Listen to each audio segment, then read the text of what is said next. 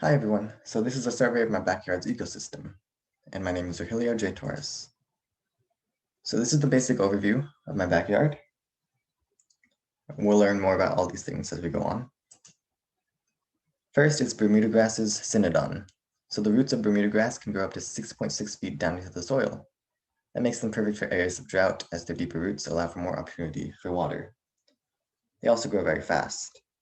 They have a little bit of medicinal value for dogs and cats, as they can self-treat themselves whenever they face gastrointestinal issues. This plant will induce vomiting. So the pink family, CHERRIES. In America, there are around 20 genera of carnations from the pink family. Worldwide, there are about 100 genera, encompassing around 2,200 species. The one in this image is a type of chickweed from the pink family. They're abundant and thrive in moderate temperatures. When in bloom, the flowers will be 1/8 to 1/4 inches in diameter, and they're edible. So this is Mexican RUELLIA, or RUELLIA simplex. They're also known as purple showers.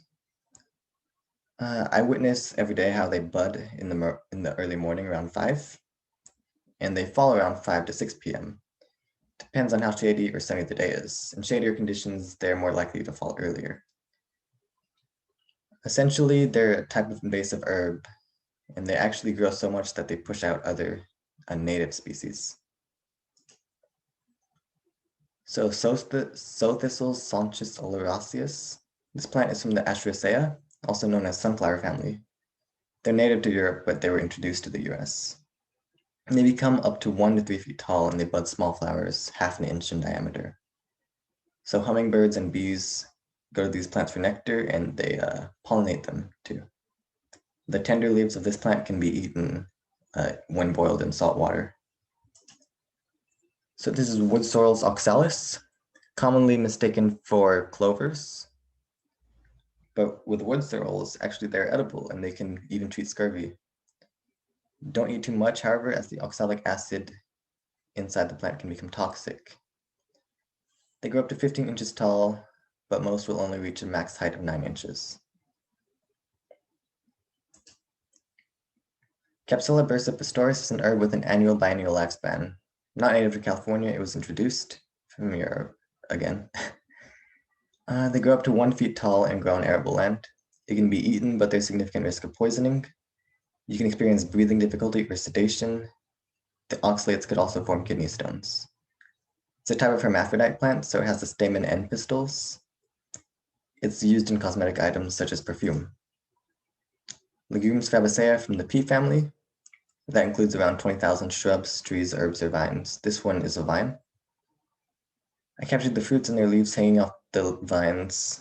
The legumes have a yellow-brown tint to their fruit and greenish-yellow compound leaves. The pod splits down the middle. Roses, rosa, and birds.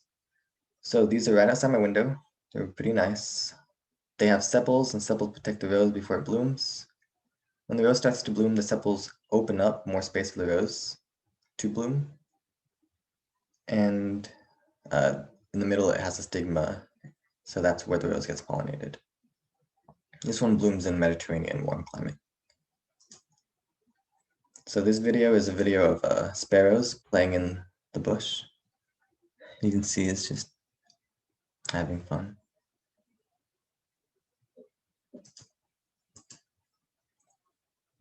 Carolina cherry, it's from the plum family. So Prunus caroliniana is a type of laurel tree. You don't want to eat it. The drupes it produces are highly toxic to humans. Once poisoned by the green and black berries, one can experience spasms, coma, all these bad things. The leaves, seeds, and stems of the plant all contain cyanide. They can reach up to 35 feet tall. Barley and allies HORDEUM. So HORDEUM brachytherium californicum is a species of barley that exists in my backyard. It's a type of grass, and they grow up to 1.5 feet or up to 3 feet tall. They draw in moths and butterflies. They thrive best in sunny, moist climate with occasional precipitation. So as you can see here, this is a perfect space for birds and small animals to thrive into. The tree serves as cover in the winter and summer. The birds can eat the poisonous berries with no issues whatsoever. There's actually a cusp behind this tree where all the birds intermingle, and I'll show you that right now. So this is You'll see the birds up here. This is where they communicate.